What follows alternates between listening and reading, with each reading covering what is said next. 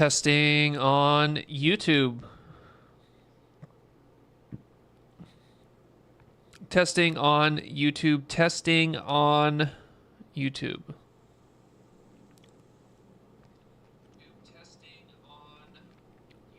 YouTube is working. How's it going, Bragan? How's it going to Sarah? YouTube is working. How's it going, Bragan? How's it going to Sarah?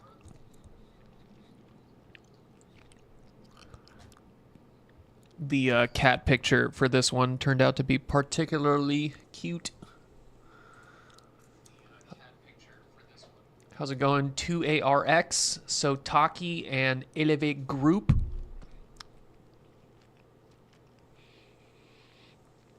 All right, now we just need to wait on X. Then we'll be good to get started.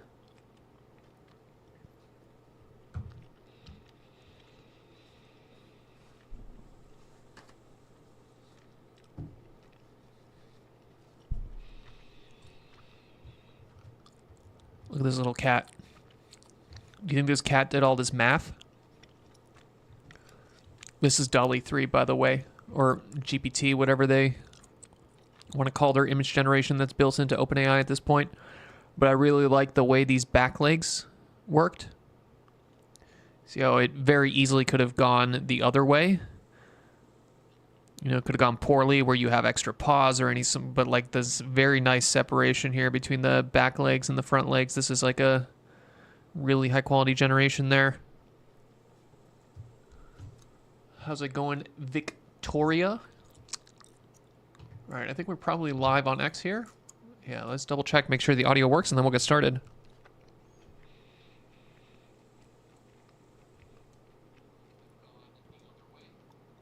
All right, I think X is live as well. Let's go ahead and get started. Let me spit out this gun, and then we'll start.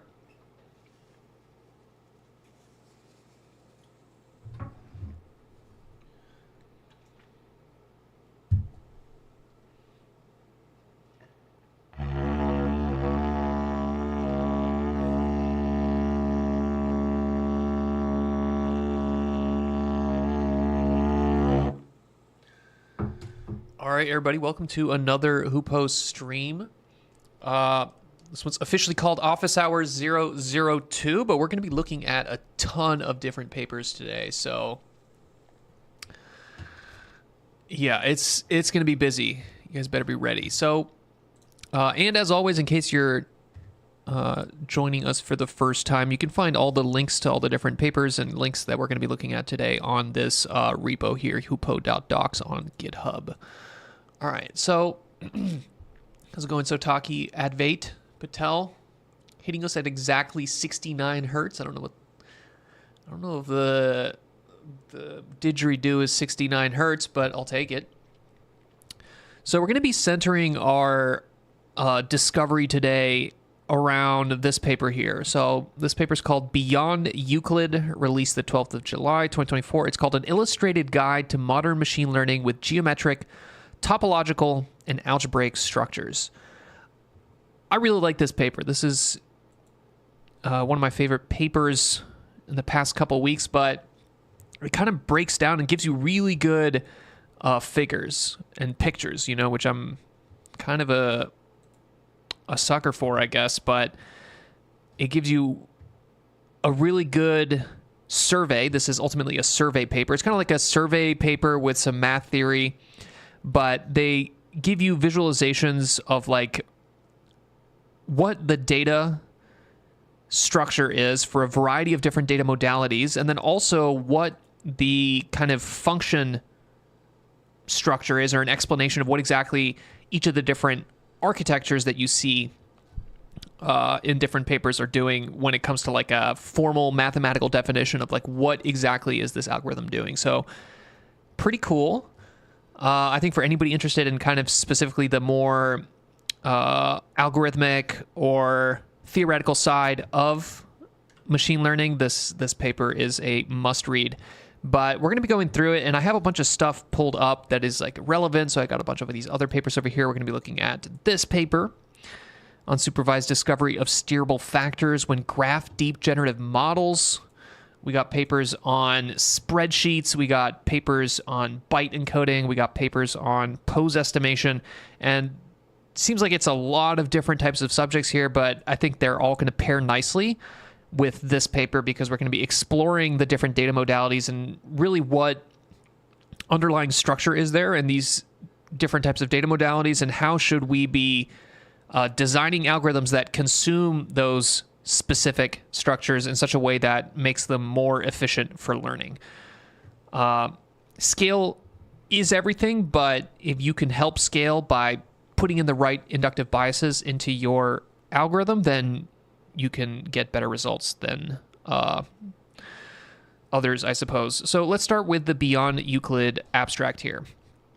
Most machine learning is primarily developed for data lying in Euclidean space. I think most of you guys are probably aware of Euclid at this point. Euclid is an ancient Greek mathematician, right? You can see here we don't actually have a real pic of this guy. All we got is this, I guess, this bust and then a couple sketches that were drawn by someone probably hundreds of years after he died. So we don't really know what this guy looked like. But that guy, Euclid, kind of created the basic Euclidean space, which we are all super familiar, right? This grid, this space discretized into a regular grid where lines are straight and they're orthogonal to each other and they extend to infinity, and parallel lines never intersect, right?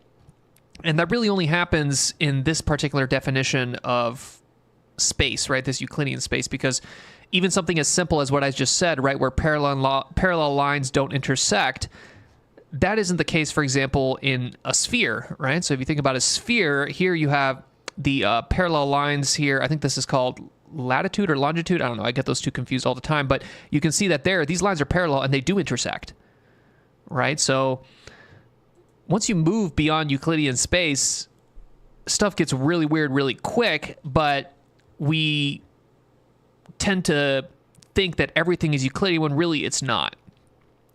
Okay, so data in its many different forms and in its many different modalities can exhibit intricate geometric, topological, and algebraic structure from the geometry of curvature, from the geometry of the curvature of space-time to topologically complex interactions between neurons in the brain to the algebraic transformations describing symmetries of physical systems. In this paper, they propose a graphical taxonomy. So a graphical taxonomy is basically just this. It's just a bunch of graphics or images that create a taxonomy, which is just a fancy word to just say, hey, we created a bunch of categories and we tried to group things into categories. And hopefully the point of that is that you kind of understand them all a little bit better, which things are more related, which things are less related, and so on. So really, this is kind of just a survey paper with nice figures. How's it going? Khalil and Data Titan. Would we be able to find a cure for cancer with the same $1 billion if we would have spent it on research as opposed to LLM research? I don't think so. I think people have been trying to find the cure for cancer for decades at this point. You know, there's easily been billions of dollars spent on that kind of research, and we haven't really made a ton of progress. You know, I feel like cancer still is a thing. I'm kind of the belief that, I think Karpathy expressed this as well, but like now that you have AI as a legitimate kind of research direction where you can improve AI and it generalizes to other domains, the fastest way to improve our technology or our understanding in any domain of science becomes to just improve AI, right? Like if you want to be doing advanced biological research, the best way to do that is to take an AI and make it better and then apply that AI to biological research. So it's like every single field of science has basically collapsed into a single research effort. And it's, hey, if we can get to AGI and then ASI, we're already kind of at AGI, which is this general intelligence, but we want to get to super intelligence. Once we get to that super intelligence, we just set that entity loose on all of our scientific fields and it'll basically figure out everything for us. Okay. So that's just my opinion. Let's go back to this paper. The Euclidean view of geometry, characterized by flat planes and straight lines, is but one in a mathematical universe of all geometries, right? We work a lot in Euclidean geometry, but at the end of the day, it's just kind of like one rule set that this random guy in Greece made, right? So like it's the easiest rule set to kind of understand, and I think that simplicity makes it the one that we use by default. But like there's a lot of non-Euclidean geometry out there, and some of it is literally part of our mathematical understanding of the universe, right? So for example, the curvature of space-time. Space-time is not Euclidean, right? Like we're not living in 3 dimensions of space like this. We live in a reality where the 3 dimensions of space are warped by gravity, kind of like this, right? So here you have a 3-dimensional space curvature caused by the Earth-Moon system and its 2-dimensional projection. This is like a drawing from a random paper. I'll introduce it later, but you can see here you have the Earth and you have the Moon, and they're warping space around them with gravity. So we know that we don't live in Euclidean space. So maybe we shouldn't be using Euclidean space for all of our algorithms and all of our math and kind of all the theory that we use to understand these. Okay. So we're going to introduce a couple more definitions here. We're going to have topology, which examines the properties of a space that are preserved under continuous transformation, such as stretching and bending. And two structures that look very different from a geometric perspective may be considered topologically equivalent. The famous example of this is a donut and a coffee mug, right? So I think I might have actually pulled up a GIF for that donut coffee mug. This is a common donut coffee mug topology. Topology. Yeah, here we go. Is this a GIF? Show me the GIF. But this is... Oh, no, that's a terrible. All right, I think this is what I want, yeah. So this is something that topologists, which are the mathematicians that study topology, kind of use as an example that really from the view of topology, like a coffee mug and a donut are the same, right? Which is kind of weird to think about, but that puts us in the right mindset for this stream, I suppose.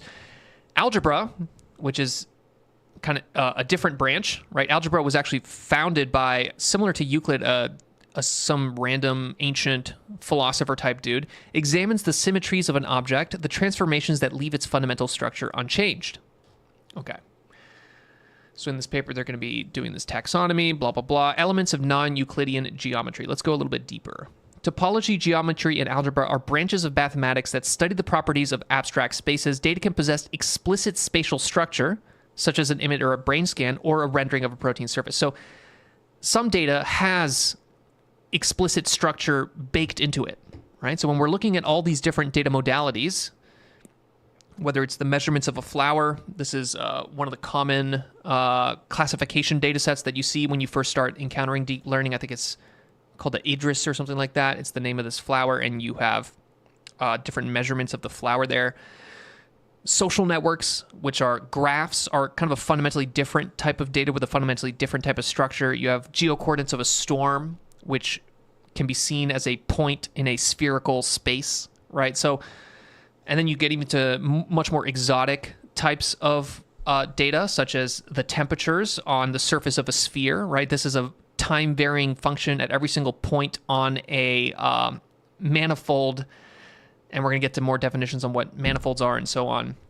Grayscale images, the key point skeletons that you use for pose detection, right? There's some structure in that, and really most of machine learning, maybe not as much nowadays, but definitely way back in the day, was using your human intelligence and intuition to identify some kind of symmetry or some kind of structure that you can bake into the algorithm that you're using to understand and learn this data, right? So for example, here in this paper, RTMW, real-time multi-person 2D and 3D whole body pose estimation. This is coming out 11th June 2024. This is just the latest in a series of papers. This group is the group behind this OpenMM pose. So this is a GitHub repo. You can see over 6K, around 6K stars. You can see 124 contributors. This is one of the most popular open source pose detection libraries. So pose detection gives you stuff like this, right? You got those bounding boxes. You see those key points. You got key points for all of the different joints in the body here. This is multi-person key points, right? But these guys basically are constantly releasing papers on the key point detection, and this is the specific architecture that you're using, and you can see how it's based on this hierarchy of convolutional networks. So this is like kind of like a feature hierarchy, pyramid, sometimes it's called. This is a blast from the past, I guess, in computer vision, even though it's still used in computer vision, because obviously it's being used right now. But the reasoning behind these things comes from some human at some point sat there and thought about the problem and thought about the shape of the data, that is the shape of the space that would to which this data belongs, and then came up with some algorithm that takes advantage of that kind of inherent structure to the data. Okay.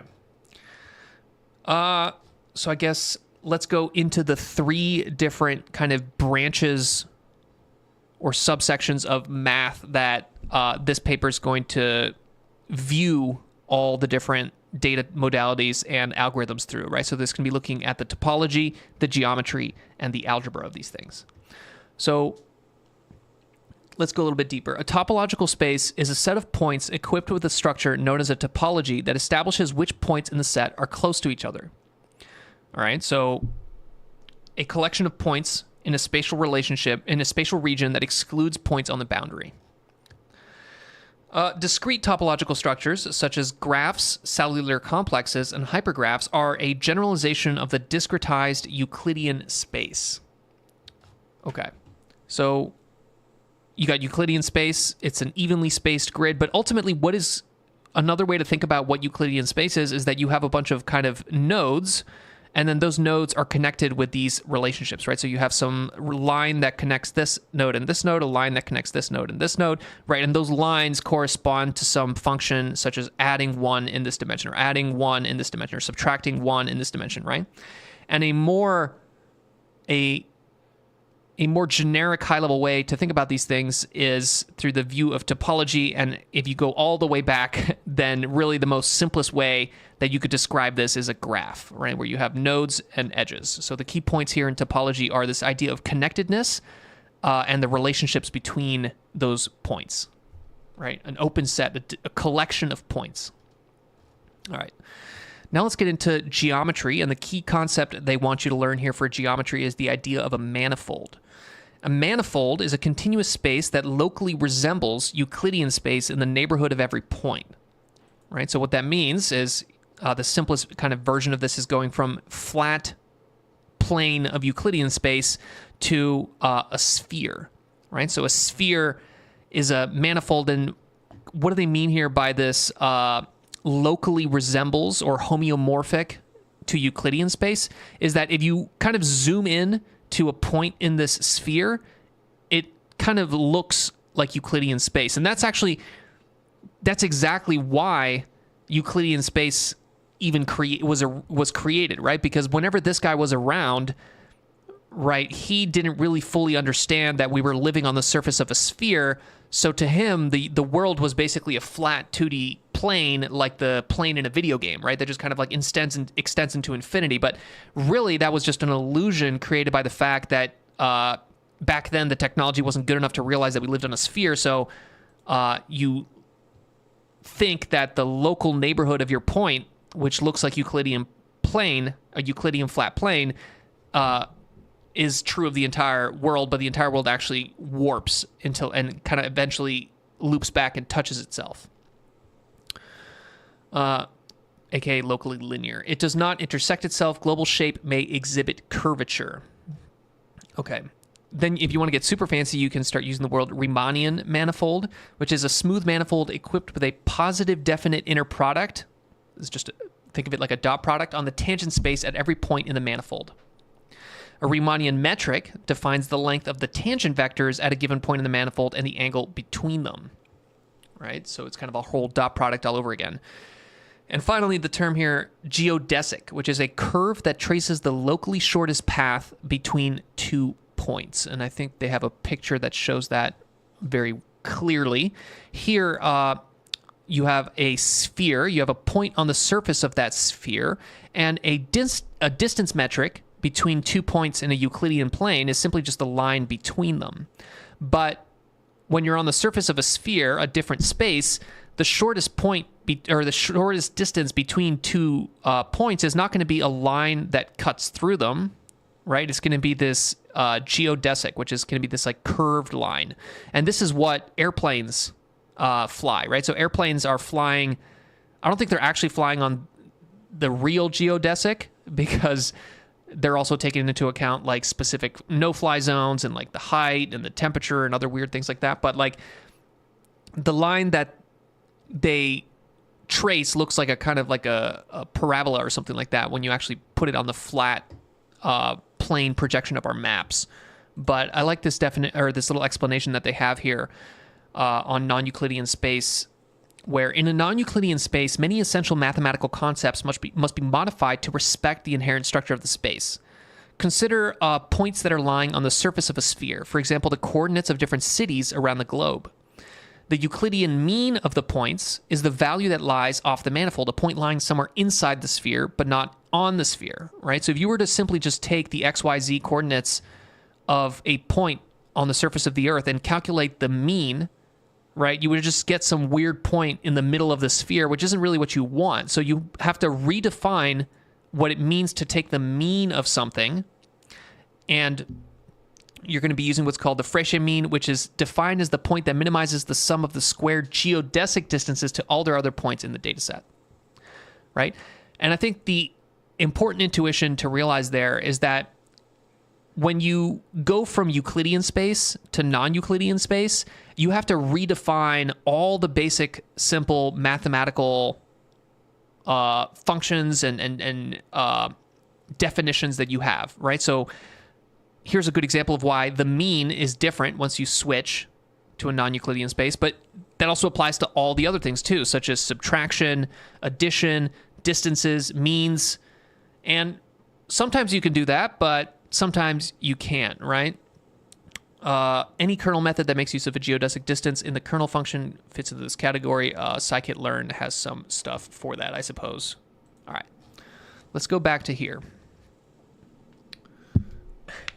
I'm going deep on the math, and I feel like I might be losing people, but if you're into math, this might be the perfect stream for you. All right, so we're going to go more into manifolds here. The manifolds most commonly studied in the literature are the Euclidean space, the hypersphere, and the hyperbolic space.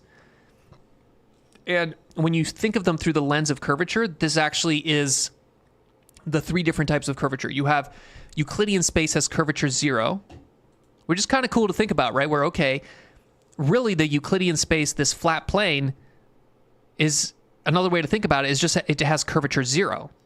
And then the sphere has curvature 1, where it kind of loops back on another. And then you can even have curvature of -1. So that's what hyperbolic space is, right? And it's kind of hard to see here. This one, I don't like this particular picture of hyperbolic space. I actually like this view of it a little bit better. So you have Euclidean space. You have a triangle on Euclidean space in this curvature 0, where everything is parallel, everything is orthogonal, right? The sum of the 3 angles is always 180 degrees. But if you have a triangle on spherical space, right, or elliptical space, they call it here. What do they call it here? They call it hyperbolic space, or hypersphere, sphere, hypersphere. So there's different words for it, elliptical space. But in this space, the 3 angles of this triangle are actually greater than 180 degrees. So that's something kind of trippy to think about, kind of like the concept that I introduced earlier, where 2 parallel lines in spherical space actually intersect. And then in hyperbolic space, it's kind of, you could think of it kind of like the complement to the spherical surface. It's like curvature -1 versus curvature 1. In hyperbolic space, the sum of those 3 angles is less than 180 degrees. So if you want to actually be fancy, you can, when your friends tell you, hey, the sum of the 3 angles is always 180 degrees, you can actually be like, actually, that's false. The sum of the 3 angles of a triangle isn't always necessarily 180 degrees. Sometimes it's more than 180 degrees if your space has positive curvature. Sometimes it's less than 180 degrees if your space has negative curvature. So the mathematical space that you choose to do your math in redefines and forces you to kind of use completely different primitives, right? All the way down to things like subtraction, addition, distances, means, triangle properties, and so on. So you can see how there's a lot of the space is much bigger, right? A lot of our machine learning has just lived within this Euclidean space. So a lot of what we think, when we think of like a model architectures, right, we're like, oh, we've kind of sufficiently explored the space of all possible model architectures. But really, when you think about the real space of all possible model architectures, that includes like weird, exotic spaces that go beyond non-Euclidean space, then that actual space of model architectures is huge. And we haven't really even begun to explore it fully, so. Okay. The last concept they want us to think about in this paper is this concept of groups. A group is a set of transformations, such as a 3D rotation that can be composed, right? So 3D rotations rotate by 90 degrees on Z and then rotate by 90 degrees on X, right? You can compose those two transformations. I would call them functions, because I feel like if you come from a coding background, you can kind of think of it like a function maps some input to some output, and you can chain these functions. So it's kind of like, think of it like that. A Lie group is the set of special orthogonal matrices in R3x3 under matrix multiplication, which defines the group of three-dimensional rotations SO3. Right? So you have some group of transformations which define, for example, three-dimensional rotations.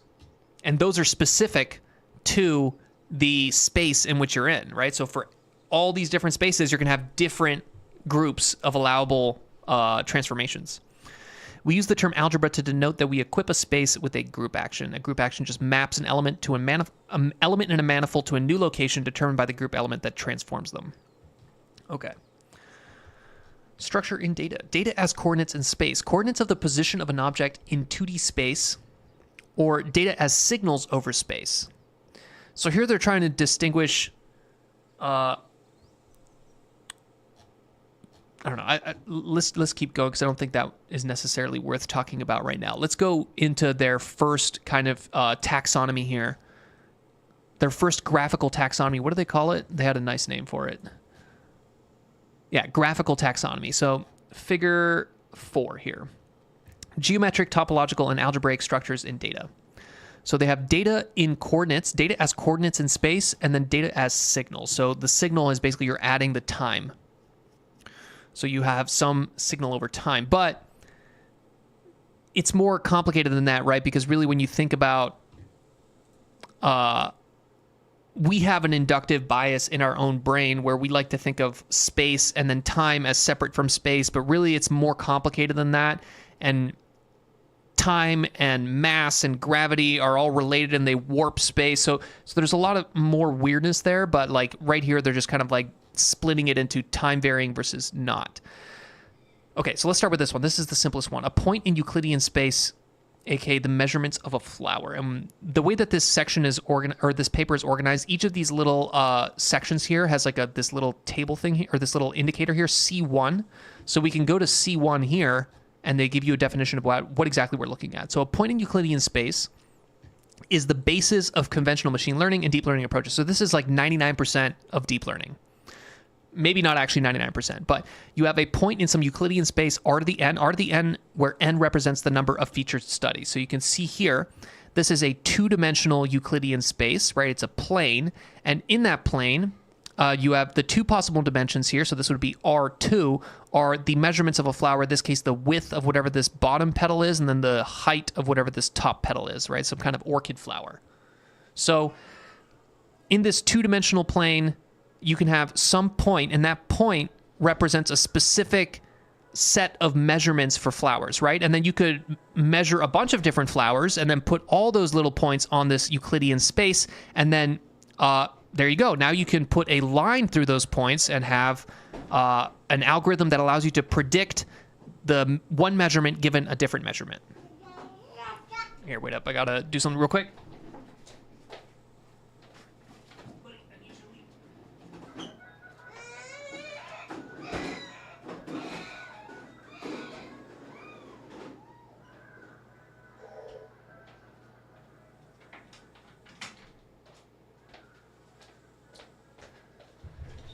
Had the kiddo trying to stage a attack on this stream. All right, we're going back to space. Let's say you take this Euclidean flat plane that defines the space of all possible flower measurements, and they're going to do this plus topology plus geometry, but I feel like it kind of loses a little bit, right? Like, how exactly is a point in Euclidean space necessarily related to a point in a topological space? I don't know. I feel like these are kind of almost completely separate. But in a social network, right, this is a graph. This is now you have nodes. You have discrete little nodes with edges. This is now a graph. A point in that graph represents a specific person, but that, you know what I'm saying, it's different from this, right? Because there's discretized areas that you could be in versus this is kind of more continuous. Here they say plus geometry. You have a point in a manifold, the geocoordinates of a storm, right? So also two-dimensional here, but the two dimensions that you would use to define the coordinates of this point on the surface of this sphere have different properties than the points here, right? Okay. Point in Euclidean space. What else? Let's go down now to these ones here. All right. I think this is the easiest one to understand for data as signal. And obviously I have a bias because I'm kind of a computer vision person, so this one is the easiest one for me to understand. But we have a grayscale image, right? A grayscale image is a two-dimensional grid of discrete values. So really you could think of it kind of a little bit more like a graph in that way too, right? Because every single point or every single pixel is connected to the pixel underneath it. So like in a way, kind of the space of an image is, you can think of it as a graph if you really wanted to, because it's discretized and then you have these relationship between each of the pixels. But in this case, they're saying a Euclidean or a grayscale image is a two-dimensional slice where every single point on this plane has some value, right? And in a grayscale image, each individual pixel is some point between either black or white, right? So it can be black, dark gray, gray, light gray, or white, right? So every single point has some vector value, right? So it's a Euclidean on Euclidean domain is what they're calling it here. Okay. What if you didn't have necessarily a grid here, right? What if you didn't have this plane where every single point, every single pixel on here is right next to the pixel next to it, and right next to the pixel next to it, right? If you relax that assumption of the kind of like spatial relationship between these pixels, then you get kind of more something like this graph, which is defining this coordinate port joint, right? The coordinate port joint, this is the pose detection stuff, right? So now we're talking about this type of stuff here, right? And in this case, really the data is a graph with specific kind of baked in relationships there, right? Like the knee is always connected to the hip, which is always connected to the ankle. But within each of those points, you also have the kind of movement of that point in space, right? Because each of these points, even though they're in some specific graph that defines the topology of the human body, like you want how this point moves across space, right? And that is going to be some vectors. So for each of these points, you have a vector, right? So now you have Euclidean on topological domain. And if we go to the other side of this S1 here, now you have Euclidean on manifold, which they're calling temperatures, right? So the temperature is some vector. It has some value from negative infinity to infinity, although I think there's some bounds on temperatures, right? I think there's 0 Kelvin, and then is there an infinite bound on, is there an upper bound on temperature? Maybe not. But, right, you can think of that as basically for every single point on this spherical space, which is the surface of the Earth, you have some temperature there. And that's what they call Euclidean on manifold. Okay. Can't the coordinate per joint be thought of as a plane for each connecting line? So it's more like Euclidean on Euclidean. Can the coordinate per joint be thought of as a plane? Yeah, but the problem with that is that you have to encode the relationship between these points somewhere, right? So when you think about Euclidean on Euclidean here, the pixels are all have the same exact relationship to each other, which is why you don't need to define that anywhere, right? You're basically saying, hey, there's a two-dimensional grid of pixels, and each pixel is on top of the one below it, which is on top of the one below that, which is on top of the one below that, right? So like the relationship between this pixel and its neighbors is obvious from the fact that this is a two-dimensional Euclidean plane, right? But for this particular thing, it's not quite like that, right? Because the relationship of the elbow to its neighbors is different than the relationship of the hip to its neighbors, right? So where are you storing that kind of structure? You're storing it in the fact that you have to keep this graph there, right? So that's the difference between this Euclidean on Euclidean and what they're calling Euclidean on topological. That's what I would say. But I'm also not a mathematician, guys, so I don't know. Some of you guys are also maybe mathematicians. You might be cringing at some of the stuff I'm saying, but this is how I understand it. Okay. Rotation per joint. So now we go up from just a coordinate per joint to now a rotation per joint. So now this is kind of a little bit more complicated. Now, not only are you doing it in two-dimensional, because these types of pose detection pipelines, there's two kind of outputs that they can have, right? So usually you can have either what's known as 2D whole body pose estimation or 3D whole body pose estimation. In 2D whole body pose estimation, the only output that you're getting is the two-dimensional pixel space position of each of these key points, right? So this might be pixel position number 50, 25, right? It'll give you the pixel coordinates of each individual point. But in 3D whole body pose estimation, you're actually getting the X, Y, Z position of that point in space, right? So you're actually trying to do the whole 3D body tracking problem, right? And when you do that, one way of encoding that is this rotation per joint, at which point the rotation is itself, you could think of it like some point on a sphere, right? Like that's kind of the quaternions are kind of like that too, right? Where you can think of rotations as basically this vector. And now, rather than a single kind of Euclidean vector on this topological domain of the graph, which is the relationships between the different key points in this body pose that you kind of just arbitrarily picked, right? It's like Coco pose or something like that. It's just picked arbitrarily. Now you have a rotation at each of those points in this graph. Okay. Pretty cool stuff. What about diffusion tensor imaging? And this is getting a little bit kind of off topic, but I thought this one was pretty badass, so I feel like it's worth talking about because I was kind of amazed by it.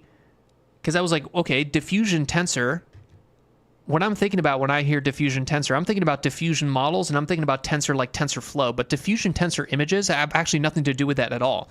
Diffusion tensor imaging is a specific type of MRI scanning that does 3D images of the brain where each voxel location, right? A voxel is just basically like a little cube in 3D space. You're discretizing your 3D volume into these little voxels or little squares or cubes, is a covariance matrix that describes how water molecules diffuse in the brain. I was like, what? And yeah, here you go. Diffusion tensor imaging. I didn't even know this type of technology existed, but this is apparently the type of stuff you can get from it, right? It's looking at the Brownian motion of water molecules, so it can tell you where the blood is flowing. And there's just so many cool pictures in this, right? You can see how this is the structure of the brain, right? And really most of the brain kind of neurons is happening at the edges, right? So if we actually open this image in a new tab here, right?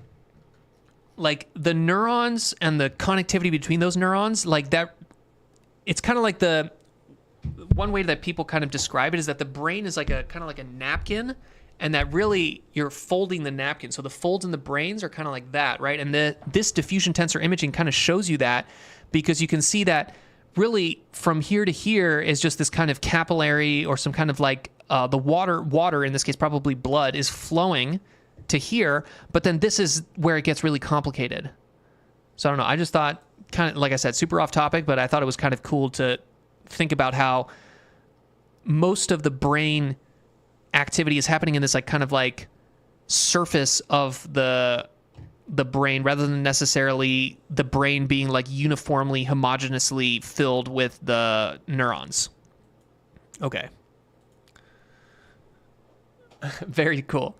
Yeah, I'm kind of going back. I feel like last week I didn't have any images because I was kind of convinced that no one watches these. Like most people listen to these, so maybe I should just talk more rather than show images. But I mean, the images are cool, you know? Like I'm all about the cool images, so I'm going to take an opportunity to talk about images when I can. Millions of years of evolution. Yeah, right? Okay. So air traffic covariance. This is manifold valued on manifold. All right, you can see it's getting complicated there. Let's go to the next section here. Because the first section of this paper, right, this is like a survey paper where they basically want to do this graphical taxonomy. And the second part of this is a graphical taxonomy of actual learning algorithms, right? So, for example, geometric structures in regression. So regression is probably the simplest type of learning, right? Like, would you classify fitting a line to a scatter plot learning? Not really, but technically that's what you're doing, right? So the simplest type of learning is, here you have Euclidean input, R to the m-dimensional Euclidean space. Everything is orthogonal. All the dimensions of this are orthogonal to each other, right? And what does that? What do I mean whenever I say orthogonal there? I basically mean that they're not like related to each other. You can have basically a different dimension of this bottom flower than you do to this top flower. So if we go back to the example that they gave us for Euclidean space here, which is this famous data set that people use. I think it's like literally the sklearn classification flower data set. What is it called? The iris data set, yeah. So this is why I keep saying that everybody runs into it, is because it's just like the first classification problem that people use in all the examples. But you can see here how basically you can plot the sepal length and sepal width for 3 different species of these flowers, and you can see how they cluster based on the species. But what are you plotting there? You're creating this Euclidean space, which is the measurements of the flower. And then the simplest version of this type of Euclid in, Euclid out is called regression. And here, linear, non-Bayesian, Pearson, 1898. So whenever you guys hear the Pearson coefficient, right, which you've probably heard a million times, that's basically what it is. You're literally just taking the distance between these points and you're fitting these lines, and if the scatter plot kind of agrees together, you end up with this Pearson coefficient, and then you can basically say, okay, all these points are related, all these points are not related, and so on. But like ultimately what you're doing is you're just doing this. You're fitting this line. Here's the parametric version of this is now Bézier curve. So I feel like this is still parametric because here in linear, you have to decide what the slope of the line is, right? And then you have the y-intercept of the line. So there's 2 numbers that kind of define this line, right? With a Bézier curve, it's a little bit more complicated. You have more numbers that you need to define this line, right? So you can think of it like there's a bunch of numbers that you need to decide what the value are to define what this line is. And then the non-parametric here, you have random forest. So non-parametric, they have a nice little gotcha here. The term non-parametric does not necessarily mean that models completely lack parameters, but that the number and nature of the parameters are flexible and not fixed in advance, contrary to parametric approaches. So, okay, I can kind of see what they're saying, where anytime you're doing this linear regression, it's always the same number of parameters, right? You're going to have a parameter for the slope. You're going to have a parameter for the y-intercept. Here, when you're doing these Bézier curves, it's always the same number of parameters. But when you're doing a random forest, where are the parameters there, right? And it's kind of what they're saying here, where the parameters are not fixed and are flexible. And maybe for some of you that don't exactly know what a random forest is, this is like a really old school machine learning technique where you build these trees, right? These decision trees. And then you use the decision trees that best classify your data, right? So you're basically performing these trees, which maybe it's like, okay, is the width of the sepal above 5 centimeters or below 5 centimeters? And then like, okay, is the width of the other, what's the other property? The sepal length less than this and more than that, right? Some random tree like some random tree like that, and then you end up there's this kind of like almost like a KNN kind of like iterative way to build these trees and then filter out the trees and then build more trees, and eventually you end up with a tree or a random forest of trees that you can use for majority voting and averaging and ultimately get some kind of classification out of that. But the amount of those trees, the shape of those trees, the kind of, which is ultimately the parameters, is kind of like the shape of those trees, they're not the same every time, hence this non-parametric. Although this is like a formal mathematical kind of distinction here between parametric and non-parametric, I would say that this is also the parameters, right? Kind of, I'm a little bit less mathematical, a little bit more kind of from a machine learning background. So to me, any function that maps from one input, that maps from an input X to an output Y, there's ultimately some numbers, some quarks that you have to like fill in there, and whatever those quarks are your parameters. So I would still say that something like a random forest has parameters, and in the parameters are simply just what are the numbers that you're putting in there that allow you to go from one thing to the next thing. In this case, go from sepal length, sepal width to whatever classification output you want for this random forest in this made-up example of the iris data set. Okay. I think there's one extra concept that I want to show here, and this is this idea of Bayesian. So Bayesian, anytime you hear the word Bayesian, you want to think about probability, right? Specifically, you have Bayesian or non-Bayesian, represented by a fuzzy line or a line. Bayesian methods integrate prior probabilistic distributions with observed data, facilitating the updating of knowledge about the parameters in light of new evidence. And kind of the simple way to think about what the fuck are you doing when people talk about Bayesian polynomials, or let's see if they have other examples of Bayesian stuff here, or manifold Bayesian polynomials. Like, what are they really doing? Is they're really just adding this variance to it, right? So when you look at this line, right, and why is it a little bit thicker? It's because they're really just adding this thickness to it, right? So you can think of it like, rather than saying, hey, we have some line and the value of that line is always right here in the mean, when you take a Bayesian look at things, you're basically saying, okay, no, there's some variance, there's some possible value for the real value for this line is really just some point somewhere along here, but we don't really know what that point is, so we're going to basically define this neighborhood around the center of the line in which the points can actually occur as you sample them in real life. And kind of the crazy thing to think about is that this type of statistical thinking isn't just like a mathematical trick, it's actually represents or underlying reality, right? When you think about the Schrodinger kind of wave equation and the way, the kind of like wave particle duality, where people are like, hey, you have particles and then you have waves, but everything is really both a particle and a wave. What does that really mean? It means that the objects are kind of phasing in and out of existence, and they're not necessarily there until you actually measure them or something is forcing them to be in that position. I don't know. I think I might be going a little bit too far, but Eli Katie 25. I love the intersection of Hoopo and radiology. Wish I had more experience. There's something smart to say.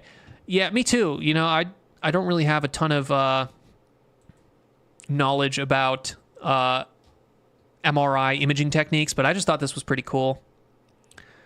You know, thinking about how all the compute in your brain is really just happening kind of on the edge of the surface, which actually probably is a good thing for companies like Neuralink, right? A company like Neuralink is really, they're betting that you're going to be able to get all the input and output you need from your brain by just putting in little wires from your skull, right? So they're going to drill a hole in your skull and then put a little wire from that. So if that wire had to go super deep, like imagine if your skull is here and you had to put a Neuralink wire and the part of your brain that processed audio was like right here. That would be absolutely terrible, right? Because you'd have to dig this wire all the way through this crap and probably rip up hundreds of little neurons and like eventually get to the point that you want. But that doesn't seem to be the case, right? It seems to be like all of the stuff that matters is right on the surface. So therefore, if you just put this wire in like just a couple millimeters into this surface, that's all you're going to need to get to. So I don't know. That's one of the things that I thought about when I was looking at that. We like the lore. Put on streams when you cook. Yeah, I appreciate you guys telling me how. Tridao is the only important type of tree in the LLM era. Tridao is the guy who did Mambas. I don't know what you mean by he's a tree. Is that like a reference to something? Can digital computers approximate the variance-based Bayesian stochasticity? So whenever you use a computer to represent a distribution, usually what you're doing is you're assuming some prior for the distribution, which is almost always a Gaussian, right? You're basically going to say, okay, there's some fuzziness to this property. I don't know what the actual value of this is until I measure it. But rather than storing just the position of this with a single number, such as, hey, the value of this is 0x, I'm going to actually store two numbers. And those numbers are going to represent the center, x, which is the value, but then also the second number is going to represent that standard deviation or that variance of that distribution. So really, Bayesian thinking is just adding extra variables. It's like rather than using 10 variables to define your 10-dimensional point, you're now have 20 variables because you need to have a variance on each of those, right? That's kind of like a simple way of thinking about what you're doing when you're adding kind of Bayesian statistical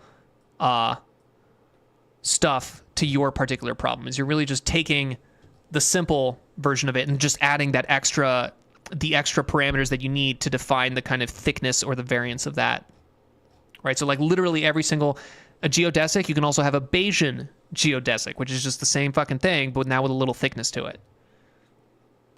Brownian motion, now you have Bayesian Brownian motion, right? And even here, for example, they say opportunity, right? What do they mean by opportunity? Is that they couldn't find any papers where people were using a Bayesian approach for a function that maps from a multidimensional Euclidean space into a manifold using the Fréchet distance here. The Fréchet is the geodesic mean using Bayesian. So the Bayesian geodesic mean for this particular map, they're like, we couldn't find one there. So I don't know, maybe one of you could be the first ones to explore this particular space of math, right? Which goes back to the overlying theme of this entire stream, which is, I think, the core concept that I want you guys to take, which is that Euclidean space is really just one little area of all possible mathematical space, right? And there's so much of this that is currently unexplored. Okay. We were looking at that. Is there anything else here? I wanted to show this. A neural network layer is a function and thus can be analyzed and categorized in terms of a mathematical structure of the input space and the output space. Okay, so all neural network architectures are ultimately taking some input and producing some output. So really, you could think of them as a function that takes some input x, which is defined in some input space x, and outputs some y, lowercase y, which is defined in some output space y. Okay. So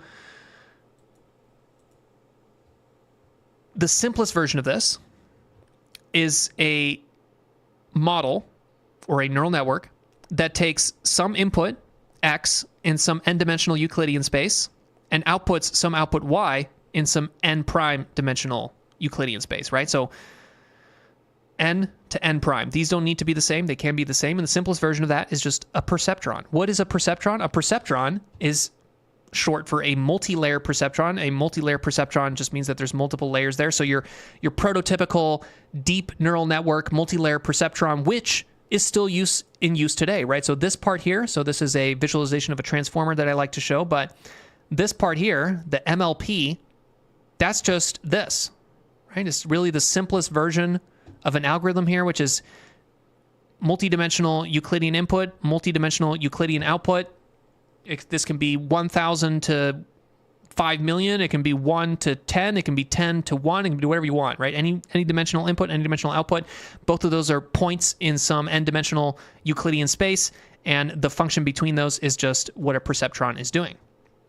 Okay.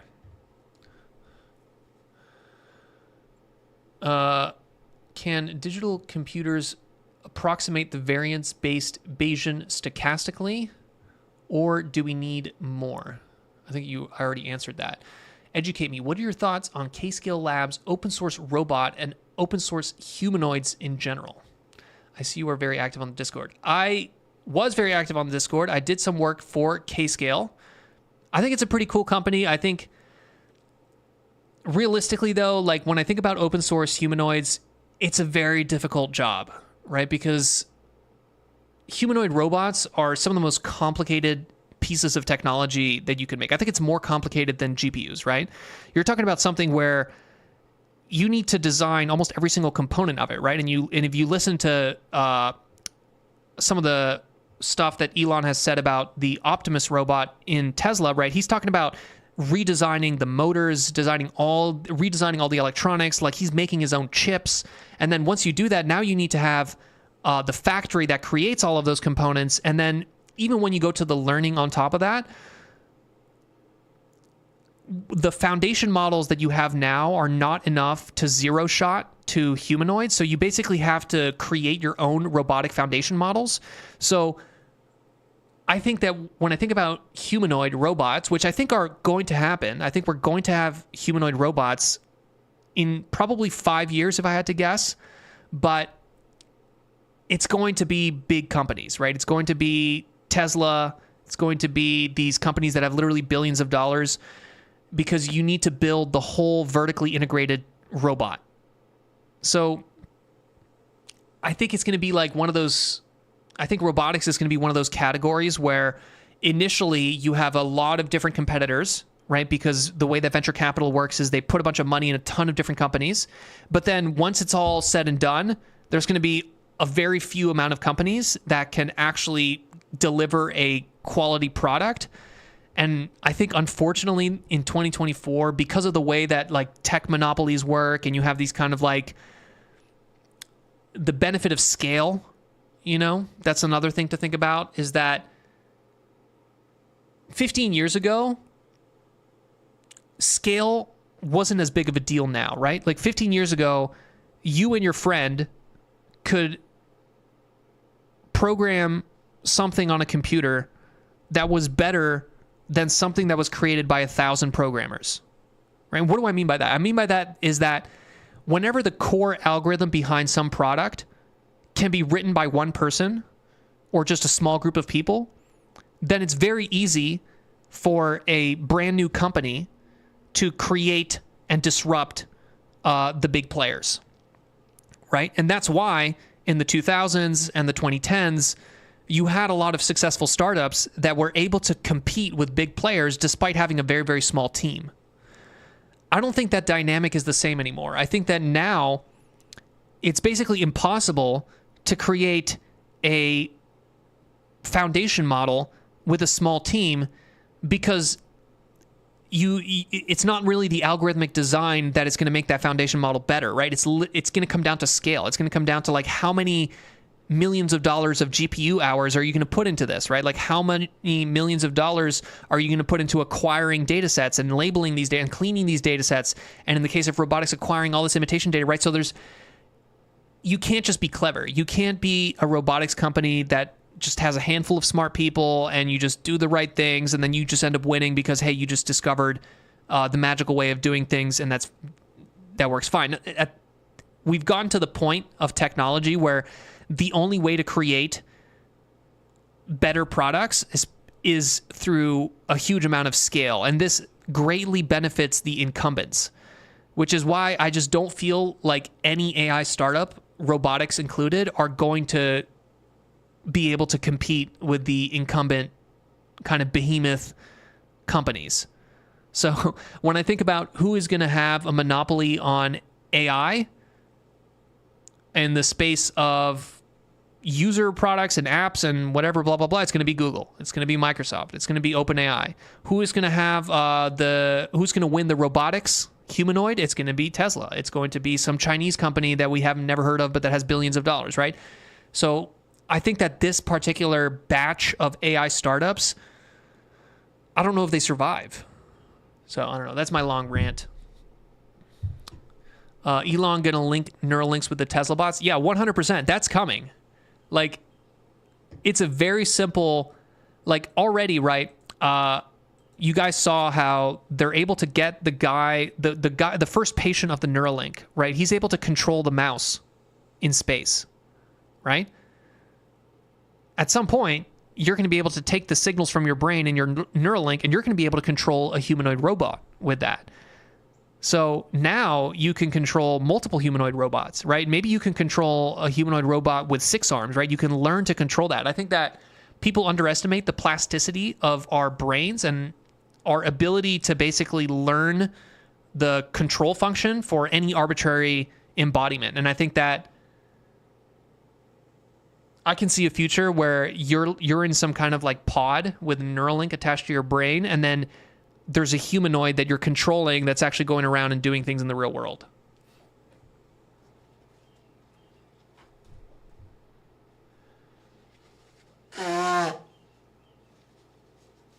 Okay.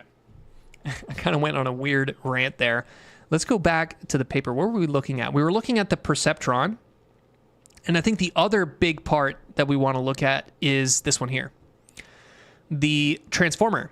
So the transformer is really 2 parts here, right? So the transformer, you have the attention mechanism, and then you have the MLP, right? So if you actually go to the transformer here, each transformer block is really 2 pieces. Here you have 3 transformer blocks. You have this multi-head self-attention, and then you have the MLP, and then you have the multi-head self-attention, and then you have the MLP. So those are 2 fundamentally different types of operations, right? Your MLP is this here. It's just multidimensional Euclidean to multidimensional Euclidean, R to the N to R to the N. But then your attention mechanism is a little bit more complicated.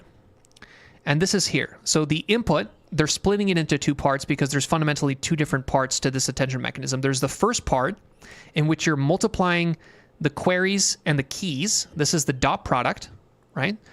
And the dot product between those, here they're calling it the attention coefficient, is computed from the query and the keys. So the Q's and the K's. So your Q's and your K's, which are R to the N, you're doing the dot product between those and basically going down to R, right? So you're turning these 2 high-dimensional feature vectors into the dot product between them, which is just a single value, right? That single value, you're then using it to adjust the magnitude of this value here, the V, where we go, examine the blah, blah, blah, traditional transformers, keys and queries as functions over a one-dimensional R. Let's go back to this.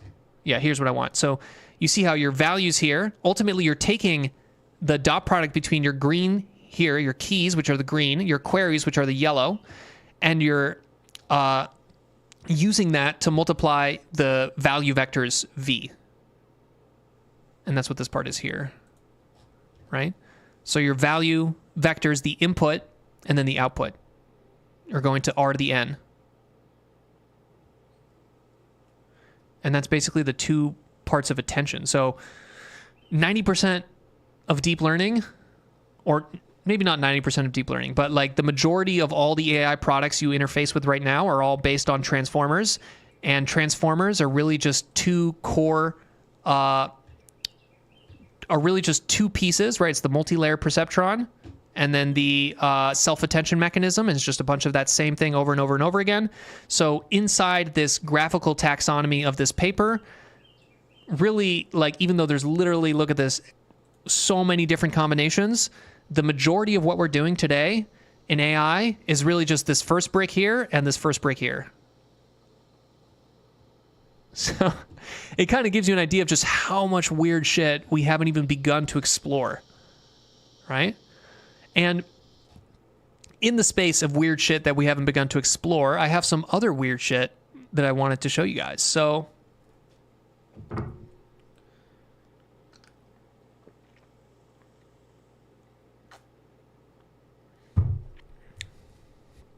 kind of went on a weird rant. Is my Hoopo story? Yeah. I don't know. I don't know why people listen to this channel, to be honest, you know? But maybe it's the rants, maybe it's the figures, maybe it's the takes, you know, the hot takes. But we're going to go into this paper because I thought this paper had a nice little figure. So this is a paper, Unsupervised Discovery of Steerable Factors When Graph Deep Generative Models Are Entangled. So this is a paper about molecules, right? Biology, chemistry type of stuff, deep learning for chemistry. But I don't know what the deep generative models, I've never seen this particular way to describe. I would just call it, I've seen generative AI, you know, and even in our world of the computer vision, there's still disagreement about what we're going to call vision language models, right? Some people call them MVLMs. We saw MMLMs. But deep generative models? You mean just generative model? Like why what the fuck is that? Deep generative? Like what? I don't know. I've never heard of this term, but it seems a little bit extra to have your own term for that. But ultimately, it's a model that consumes a graph, right? So kind of similar to this here, right? Where we're consuming a graph, right, of the key points between this. In this case, the graph represents something completely different because it's representing the nodes in this case are molecules, and then the edges represent the connections between those molecules, right?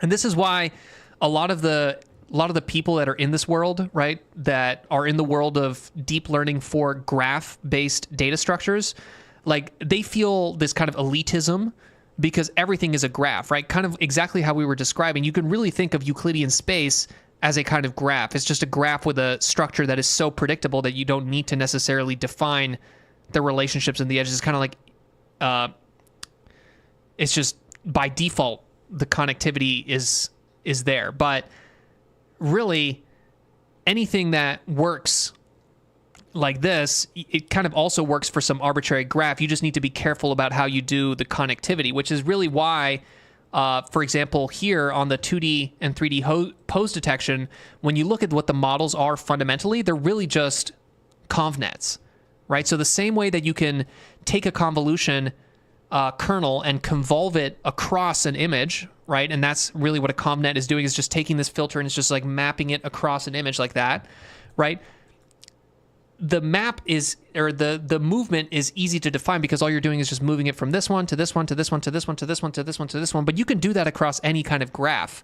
So you can have a convnet that is a convnet not necessarily for Euclidean space. You can have a convnet that convolves a graph, and that's basically what these are, right? These pose detection models, they're basically just convnets that convolve across this arbitrary graph of the human pose.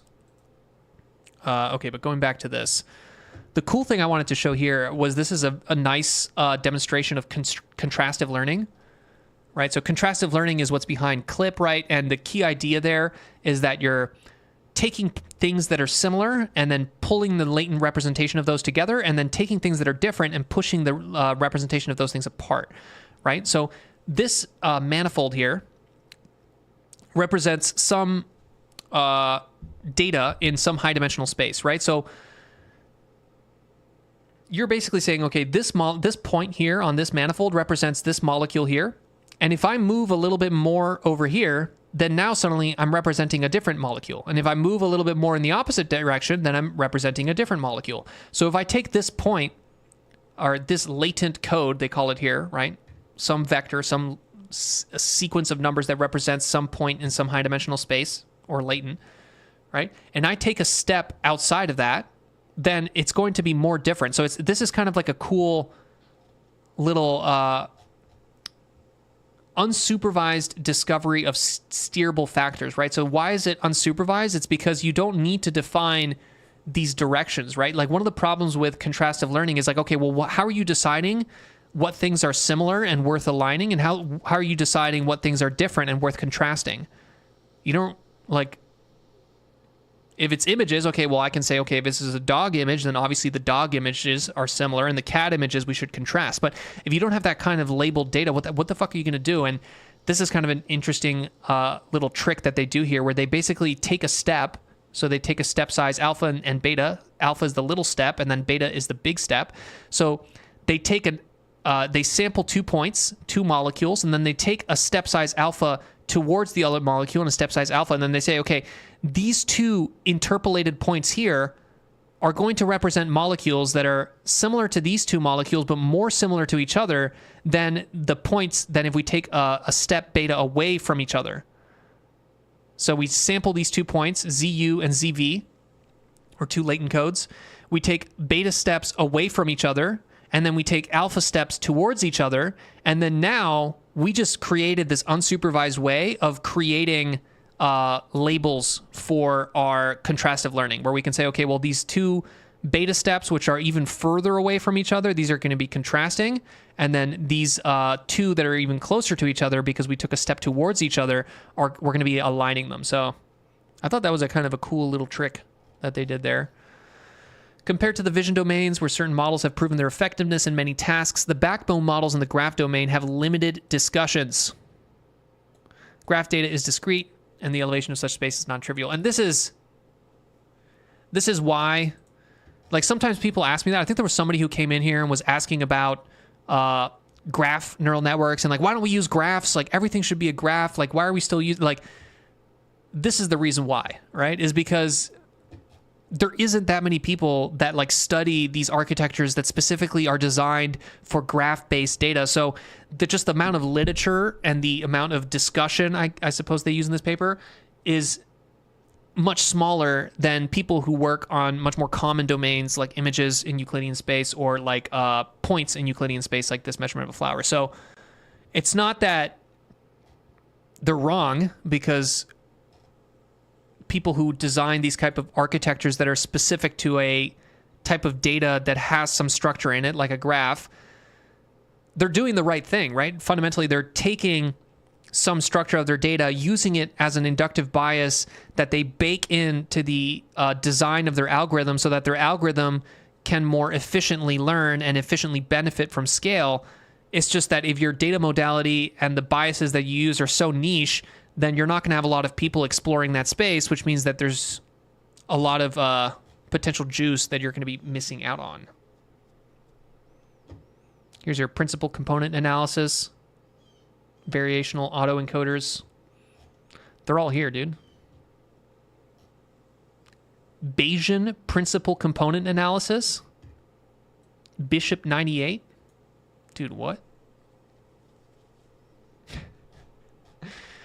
You know, like, you could spend all day, like, looking at these weird charts here.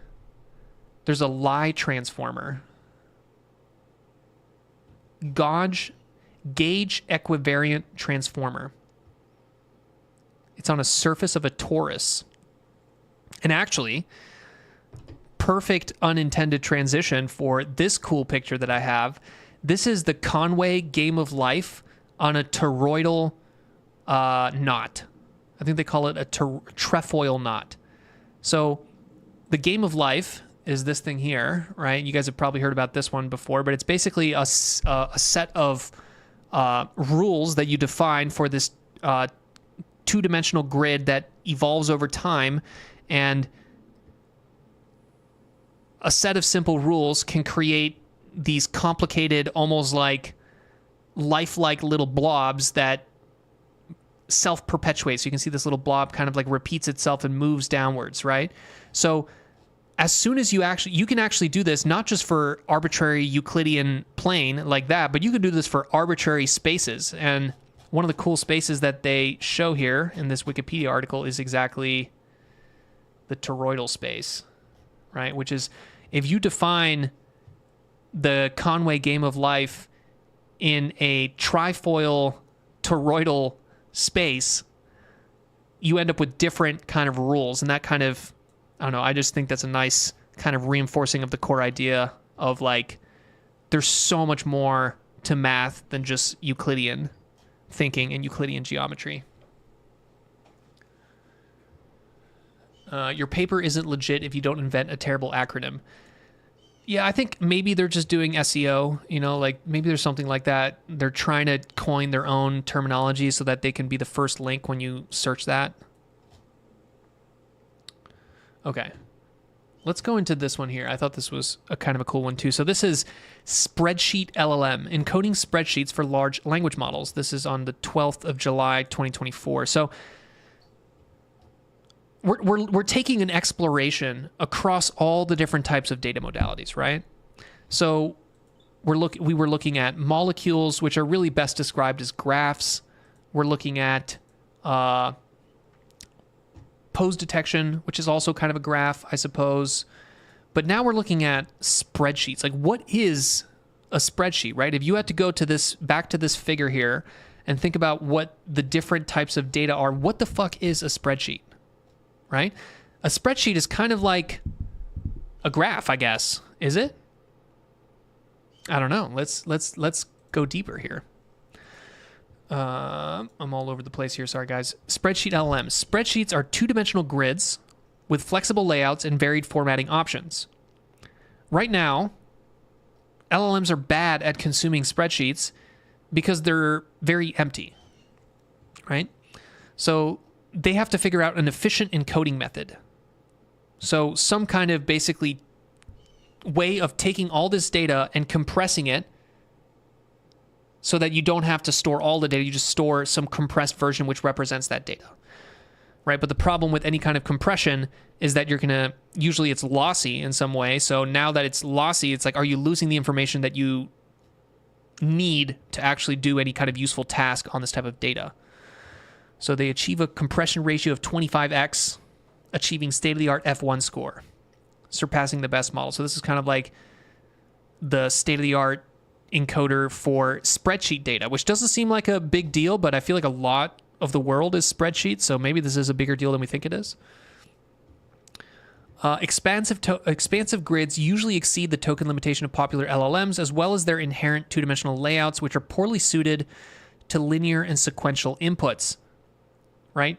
Two-dimensional layouts, which are poorly suited to linear and sequential inputs. And this is a problem with all kinds of things, right? Because that's really whenever we think about vision transformer, vision transformer. Yeah, like we're taking this image and we're reading it left to right. We're turning it into this sequence of patches. But when you do that, you're losing the data in that, right? Like really, this image should be more represented kind of like this, right? Like the spatial relationship between these points. A ConvNet conserves that, right? A convolutional neural network is using that spatial relationship between those points as an inductive bias that's baked into the architecture itself. Whenever we take a transformer, which is this sequence to sequence or set to set model, and trying to use it for vision encoding, you have to do this part here, which feels broken, right? It doesn't feel correct to take that image and flatten it into the sequence of patches. And then in order to undo the fact that you got rid of the kind of spatial information there, you have to add this position embedding. So really, this position embedding is almost the result of the fact that you did this weird operation of flattening the whole thing out. And that's kind of what they're saying here as well, right? Which is like, when you take a spreadsheet, which is really this two-dimensional graph of information that's like, this is next to this, and this is on top of that, and this is on top of that, and you're just like spreading it out into this sequence, you're losing stuff there, right? You kind of want something that's a little bit more taking advantage of the inherent structure to this particular type of data, this modality. So they come up with all these weird tricks here. So they identify structural anchors, which is heterogeneous rows and columns at possible table boundaries that offer substantial layout insight. So there's one picture that kind of shows exactly what they're talking about here. They're kind of talking about this. So breaking down kind of tables into these like little subtables. So basically they identify like any kind of spreadsheet will kind of look like this, right? Where you have like areas that are empty, areas that are full. So they first find the areas that have information in them and then kind of like cut them out. So they're cutting out all the relevant subgraphs. One way to think of that is that really you're spreadsheet is a graph, and within that graph, there's subgraphs that contain the useful information. So the first step that you're doing here is you're finding the subgraphs in this graph that are information dense, right? So like technically this is still part of the graph, right? But here it's like just empty nodes connecting to other empty nodes. So really just take out the parts that you want. Okay, once you've taken out the parts that you want, you produce this condensed skeleton version of the spreadsheet. Then you do this crazy shit. It's token consuming when handling spreadsheets with numerous empty cells and repetitive values. So you're going to do a lossless inverted index translation, which is like, dude, what the fuck is an inverted index translation? An inverted index translation is just a dictionary that indexes non-empty cell texts and then merges addresses with identical text, optimizing token usage while preserving data integrity. So it's basically just a map or a dictionary, right? Like if you do any type of coding, in Python, this is called a dictionary, and most other programming languages called a map, but it's basically just converting the traditional matrix-style encoding into a dictionary format where the cell values are served as keys indexing the addresses. So if you had a value of 4 here, right? Like here you have I'm trying to find one that has the same value, but let's say that this was 2009 and this was 2009. You would only store that 2009 once.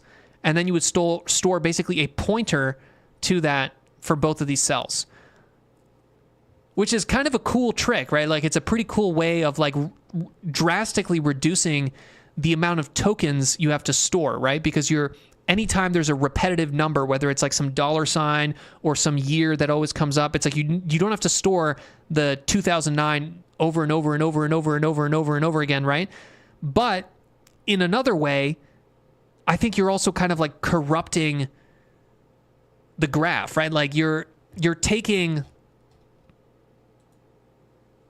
this graph like this and then you're kind of like warping it in a weird way, because you're basically saying, okay, well, this node and this node, which used to be separate nodes, and this one was connected to this one and this one was connected to this one, like now I'm going to change the connectivity pattern and there's going to be a single node which has the value for 2010, and that value for 2010 is now connected to the other thing. So I don't know. In one way, I'm like, I think this is a great idea for like reducing the total amount of tokens that you need to store, and it's also lossless, right? So it's not lossy. It's not a lossy compression.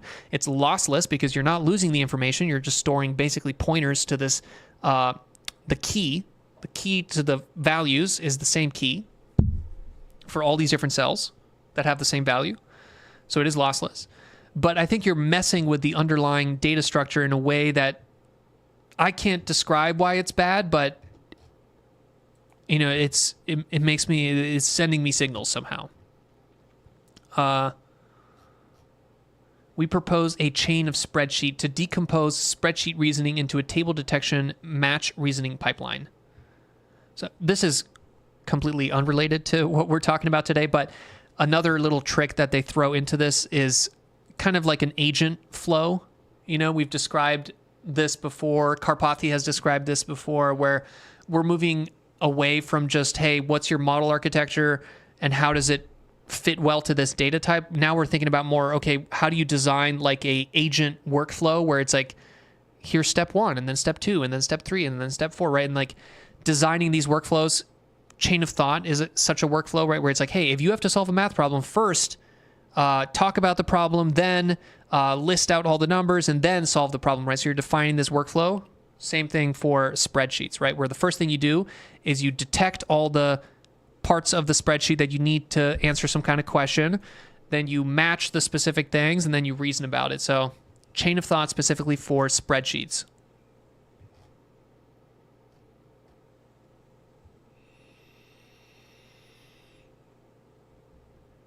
It makes you wonder about the stories of aliens telepathically communicating with humans.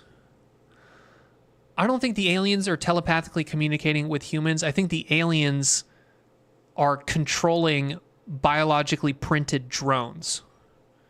So I think the aliens that visit our world in the spaceships, those aren't the real aliens. Those are basically von Neumann probes that are sent, and we know you can't travel faster than the speed of light, but we know that information you can quantum entangle particles that are further apart. So information can travel faster than the speed of light, but physical matter can't travel the speed of light. So the aliens on their alien planet, they can't travel all the way to the human planet, but they have von Neumann probes that they send out, and then those von Neumann probes are self-replicating, right? Once you get to a certain level of biological technology, I think you stop making robots out of metal and wires and electricity. At some point, your biotech is so good that you literally print your robots out, and your robots are biological, right? They're compostable, they're biodegradable. You can create this robot, and then if it dies, it just turns into carbon and dust and trash, you know, which is better than creating robots out of metal. I think it's probably more energy efficient too. So I think that the aliens that are visiting us aren't real aliens. They're biological drones being controlled through neural links that are attached to the real aliens, which are sitting in their home world in some kind of pod. How about that? How about that for a rant? Okay. Let's see what else I have pulled up here. So I have another paper pulled up here. Space is all you need. This is a paper that was recommended on the Discord. This one's called SpaceByte, Towards Deleting Tokenization from Large Language Models. I haven't really read this paper, but I think we could talk a little bit about what are we doing when we're doing tokenization, right? We're messing with the underlying structure of the data, right? When you think about what is text, going back to our basic primitives. So text is probably it's probably a graph. I think everything is a graph, but when we take text and we turn it into tokens, we're taking a graph of letters which are connected to each other, and we're turning it into basically these vectors, which are the embeddings for each of the tokens, and then each of those is connected to each other.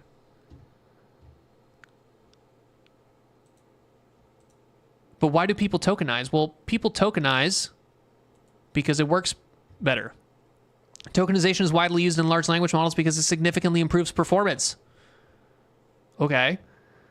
But you're also losing information there, right? Because whenever you tokenize this with standard tokenizers, usually you're like grouping little things. You might tokenize these three and then this one, and then you might tokenize this, and then you might tokenize that, you know, so like you're breaking it into these little chunks, and those chunks are kind of arbitrary to some degree.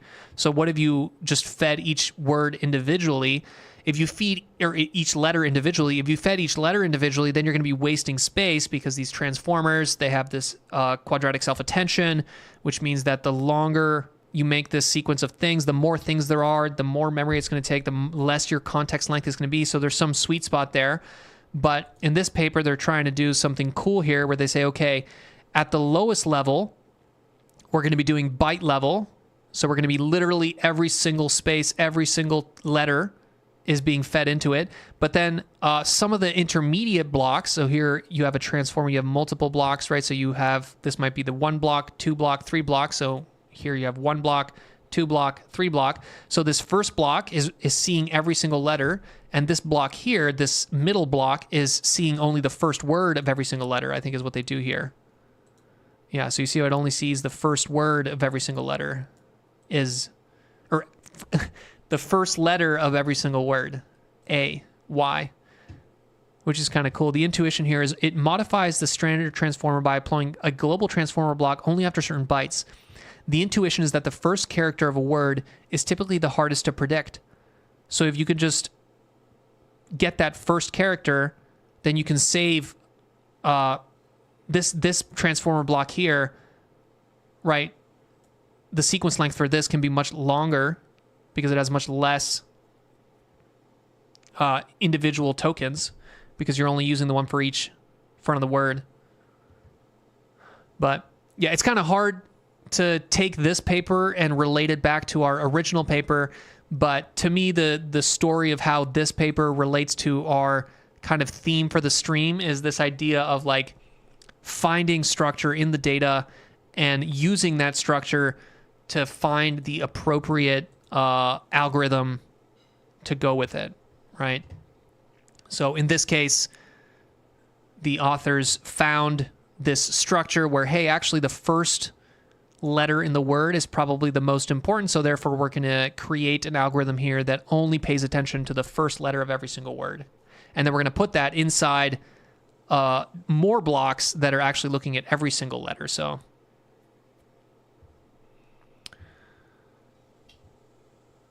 okay. Do I have anything more for you guys? I think I have one more thing for you guys. Yeah, let me show you guys this. So I showed you guys earlier this. This is a picture of the Earth and the Moon, showing how the gravity of the Earth and the Moon distort the space-time around them. But this drawing actually comes from this guy. So there's this guy called Burkhard Heim, who's this fucking German theoretical physicist who's like, his hands got blown up in like World War I or World War II or something like that, and like he had this like pincer surgery done on him, and like he like literally like taught classes like this, like absolutely insane like life story. But this guy created all kinds of crazy theories, and like he has these really awesome diagrams. Like, look at this shit, dude. Like, what? But he had this kind of weird theory of everything, kind of like ontology of the universe that's different from what we have now. That actually kind of reminds me a lot of the ideas of that biology guy that we always talk about, that I'm blanking out on his name. But this idea that, right, the connectivity and the hierarchy of these connectivity patterns is what creates kind of consciousness that, like, what was the name of that guy? I missed it. But either way, I just really like these drawings here. Biophores, flora, animals, primates, humans. He defines a degree of consciousness lambda, and you can and the degree of consciousness is basically just based on the connectivity. So the more connectivity there is between things, the more consciousness it has. And then here he has basically space, bios, psyche, and then pneuma. So I don't know. This guy's so OG that like he literally created his own. This stuff is like impossible to read because it's like his own, like he created his own terminology. It's kind of like, I want to say kind of like string theory, where it's like one of those branches of like math and science that just went so deep, and it just only is self-referential, and everybody kind of referenced their own papers, and it went just so deep that they create this like giant volume of terminology and terms, and like at some point it becomes impossible for anybody who has not gone down that path to understand anything about what's going on. Whenever I look at this, I have no idea what he's talking about here, right? Ilcore channels complement to the soma, activity streams, like metroplex totalities. You know, like, what? I don't know. I just thought he had cool pictures, but this was the original picture that I really just wanted to show. This one here.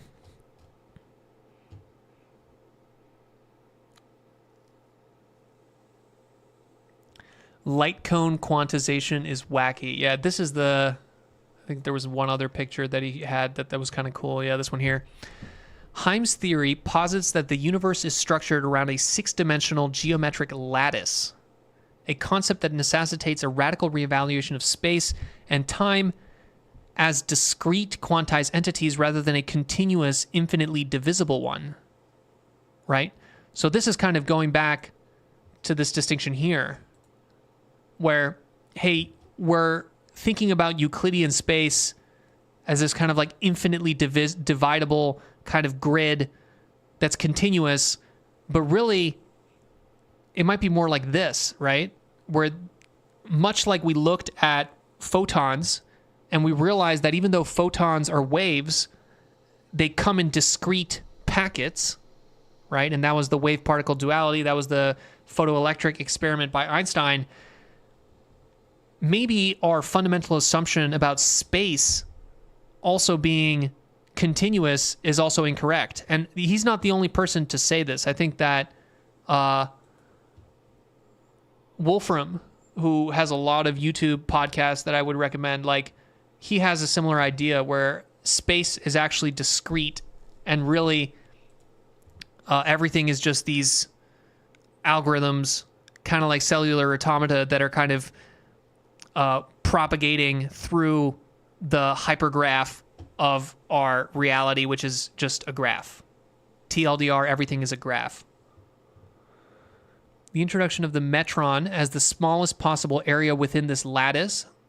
Really cool term there. The metron, you know, like a meter, but like the smallest quantized unit of space.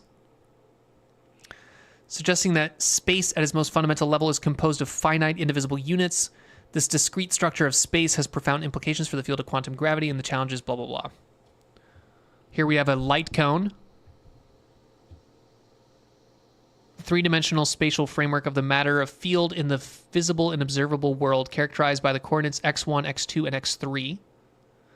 So the three coordinates of space here, x1 and x2 and x3, are basically your position within this graph, right? But the graph isn't necessarily continuous, and we know it warps already, right? We know that gravity is warping these three dimensions, x1, x2, x3. So we already know that it's not like this, it's more like this, right? But now the real question is, okay, well, if that's true, then what else is true? Look at this. He even gives you descriptions of the 5th and the 6th dimension, the 7th and the 8th dimensions, all the way to the 12th dimensions. The 5th and the 6th dimensions are the energy, control field, organizational processes, and the actualization of physical phenomena. The 7th and the 8th dimension are a repository of the quantum states or possibilities that define the probabilistic nature of subatomic particles and their interactions. All possible outcomes are encoded and influenced by a global information field. Right? So what would a global information field be able to tell you? Well, a global information field would be kind of a way of explaining how you can get information to travel faster than the speed of light, right? So it's like if you quantum entangle particles and you separate them and you observe one, you immediately know what's in the other one. So therefore, those particles have somehow communicated over an extremely long distance. How the fuck did they do that? Well, the reason that they did that is because they're really both aware of this global information field somehow. I don't know. I don't really know what I'm talking about here, guys. I do actually have a physics degree, but I'm not a physicist. I just love thinking about trippy concepts. And this paper is all about trippy concepts.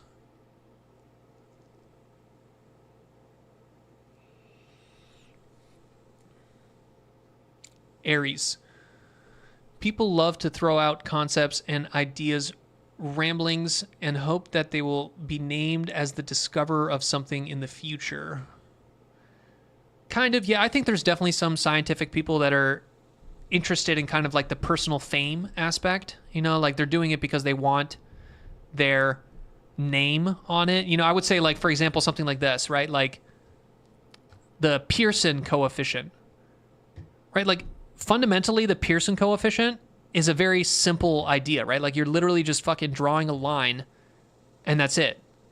But this guy, because he was the first guy to do that, now every single person remembers this guy's name, and he died hundreds of years ago, right? So like discovering some random little corner of math that you can put your name on is a way of guaranteeing that people are going to be saying your name for hundreds of years and thousands of years in the future. But like, I don't know if everybody's motivated by that. I'm not motivated by that, you know. I just want to know. I just want to know what the real answer is. Wolfram got his theory also that all physical rules are derived from graphs. Yeah. Once you go deep enough into like computer science, it's like you just realize that everything is a graph.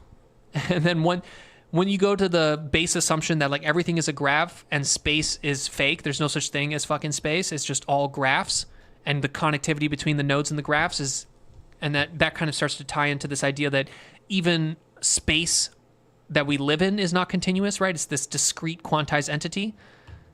Then everything is a graph. Can't we use functional distributions to capture actual processes in structures between data points which can capture complex fields? It's a complicated question God gives, Pizza, but I don't know if I understand it well enough to give you an answer. Khalil is asking, are they both connected in a higher dimension that we don't see? Yeah, correct. We're only aware of 4 dimensions, right? We have the X, Y, Z, and then time. See how this is dash T? This is the time dimension. So the visible and observable world is the 3 dimensions of space plus the 1 dimension of time. But as we've said before, there's weird relationships, right? Like mass is warping space and time. It's warping both space and time. So there's some relationship there between space and time. And perhaps that is what this guy's theorizing, that there's kind of like higher dimensions here that we can't see, but that are causing this behavior and structure that happens only in the lower dimensions. You're talking about the entangled particles? Yeah, that would be the idea, is that here's another way to think about the entangled particles, is that maybe there's some kind of thing like this, right? Maybe there's a dictionary which indexes non-empty cell text and merges them with identical, like the same way that in this spreadsheet LLM, they were like, hey, if we just take all the values that are the same and then we store them in a dictionary, where here you see, for example, rather than storing the 20th of August 20 times, we store the 20th of August once, and then we just store pointers, like whatever, 12 different pointers to that 20th of August. So maybe something similar is happening in the universe when you have these quantum entangled particles, where it's not like each particle is separately storing the state of its part, like the state of both of those particles is being stored in some higher dimensional like dictionary, and then both of those particles, when you measure them and you're like, okay, what's the actual value of the spin here? It's actually, they're both going to the same, they're both pointing to the same value, which is stored in some higher dimensional thing that we don't understand, and they're pulling from that same value. So it's not then the information traveled from A to B faster than the speed of light, is that they're both referencing some higher dimensional structure that exists beyond our observable universe.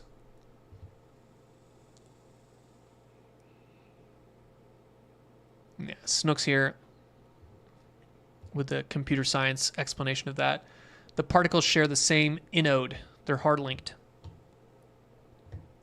I don't know, the more, like, it's hard to do these, you know, I have my own theories of like everything in my own kind of ontologies, but like I am aware of the fact that because most of my education is computational in nature, I tend to have a computational view of the world. And I think that that's, even though I'm aware of that and that I have that bias, I still feel like it just makes so much more sense. Like so many of the things, even just in simulation and in video games, have perfect analogies to the weird things in our real world, right? Like the whole double slit experiment with the observer effect, right? Like that happens in video games too, right? In video games, if you're not staring at an object in a video game, it's probably not rendered, and it's not rendered until you stare at it.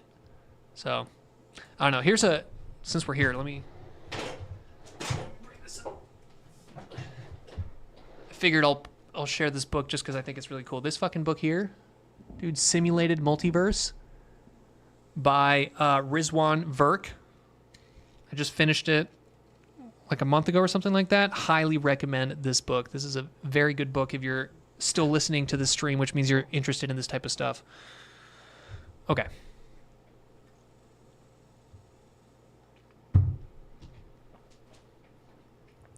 I think that's pretty much it, guys. I don't know what else to talk about. We talked about the weird theoretical physicist with claw hands. The name of the book is The Simulated Multiverse. But let's just maybe do a quick summary, and then we'll end it there. All right, so today we did Office Hours 002, and we centered this stream mostly around this paper, which is a great paper. I recommend it. And it's basically an illustrated guide to machine learning with geometric, topological, and algebraic structures. They create a graphical taxonomy, which is basically just a fancy way of saying we give you some figures which create a way of ordering and thinking about different data modalities and different algorithms and what mathematical concepts within topology and algebra and geometry are relevant for each of these things, right? So things like geodesics, Bayesian, non-Bayesian. But we use this as kind of like a launching point to look at a couple different papers which came out recently that are on different modalities, such as molecules in chemistry, right? How that's kind of fundamentally a graph. What is the distance in the latent space of something that's consuming and encoding a graph? We're looking at spreadsheets, which are also a kind of graph. How do you encode these efficiently? How do you get rid of empty space? We looked at text, right? Encoding text. Do you encode every single letter? Do you encode just the first letter of every word? We looked at pose detection, 2D and 3D pose estimation, right? Which is a Euclidean on a topological domain, according to this paper, or a manifold value on a topological domain. Topological domain is just their word for a graph, right? Where each point in the topological space of this pose is a knee or a hip, and it has some connectivity to the other points there. And we also got a little trippy and went over some of the ideas of Burkhard Heim, because he has really cool pictures. And we also looked at this. This is pretty cool. Pearson coefficient. Of course, we brought up our LLM visualization because why not? God of pizza. Instead of drawing models to learn parameters of data distributions, can't we use functional distributions to capture actual processes happening in structures between data distributions? So you're talking about learning the parameters of data distributions. So data distributions don't have a parameters. The model has a parameter, right? So even fundamentally, when you're learning the parameters of some Gaussian, the Gaussian is a model that is predicting what a value from this distribution that you're sampling is, right? So like ultimately the Gaussian that you're parameterizing is still just a model of the actual true data distribution of physical reality. We don't actually know what that is, right? We don't know what that is. All we can do is we can sample from it, and then we can create some model that allows us to predict those samples, and then we can define that model by using parameters. And then there's lots of different ways of picking different models that have different types of parameters, different numbers of parameters that represent different things. Okay, so that's the first part of your question. Can't we use functional distributions? I don't know what a functional distribution is. Is that just a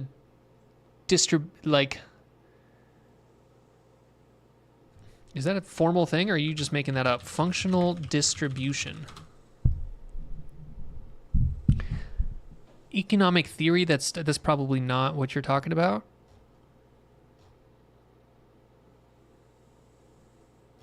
This is all talking about some kind of like economic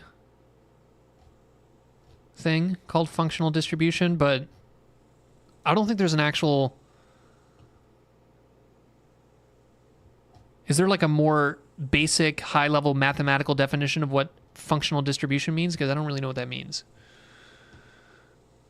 Capture actual processes happening in the structures between the data distributions.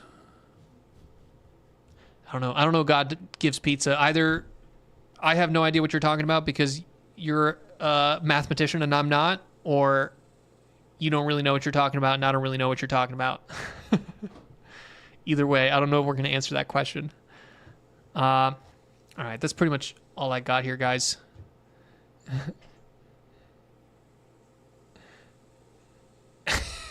You don't need to retract. Simply using many functions to approximate kernels of domain. Oh, are you talking about more the fact that when we're doing something like a multi-layer perceptron, like this, where is it? Like this, right? A single perceptron is just a function that's mapping from one high-dimensional input to another high-dimensional output, both in some points in Euclidean space, right? This is a point in some Euclidean space. This is a point in some Euclidean space. But this is just a one-layer perceptron. We almost never use that kind of stuff, right? We're pretty much always doing a multi-layer perceptron, which means we have multiple of these functions, right? Each layer is this function. Here's one map, another map, another map, another map. So maybe your question is more, how mechanistically is it the case that you can just kind of like keep adding these functions, these layers on top of each other, and those somehow together approximate a more complicated function? And I think that's something that people want to have the answer to, but I don't know if we're ever going to get an answer of like, how come you can just keep stacking these layers, which each represent this relatively simple map from this to this, and then end up getting functions or learning functions that are much more complicated that, I don't know. I don't know if anybody knows the answer to that. Right? Because what these guys would have you believe, right, the authors of this paper would have you believe that if you want to make a machine learning model that is good, you're going to have to very deeply understand your data and your input space and very deeply understand your output space so that you can create the appropriate and choose the appropriate algorithm that has the appropriate inductive biases to leverage the structure in the input and the structure in the output space. But kind of in opposition to that completely is the fact that we can just keep stacking perceptrons or these kind of deep learning layers, right? Deep learning, it almost doesn't make any sense, right? You're basically saying, okay, I just take whatever the fuck you want, just pretend it's some vector in some high dimensional Euclidean space, and then whatever you want output, also pretend it's some vector in a high dimensional Euclidean space, just put a bunch of these little layers all stacked up on each other, and it will learn any of these functions. So even if your input and output spaces are weird, complicated things, you just stack enough of these bad boys here, and you're going to eventually get what you want.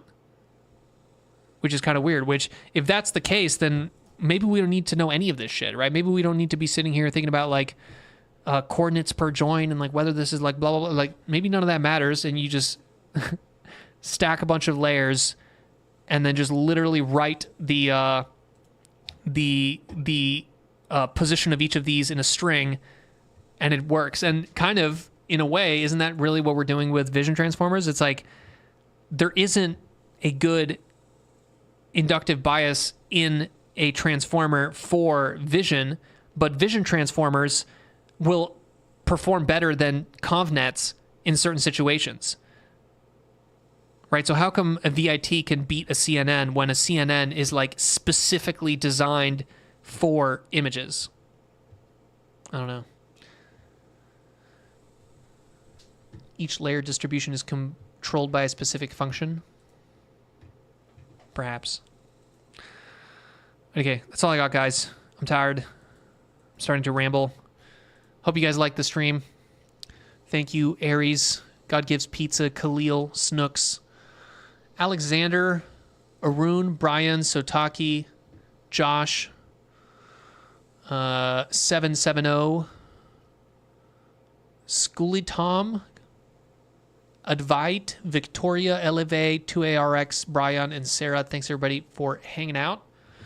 See you guys next week and have a great weekend.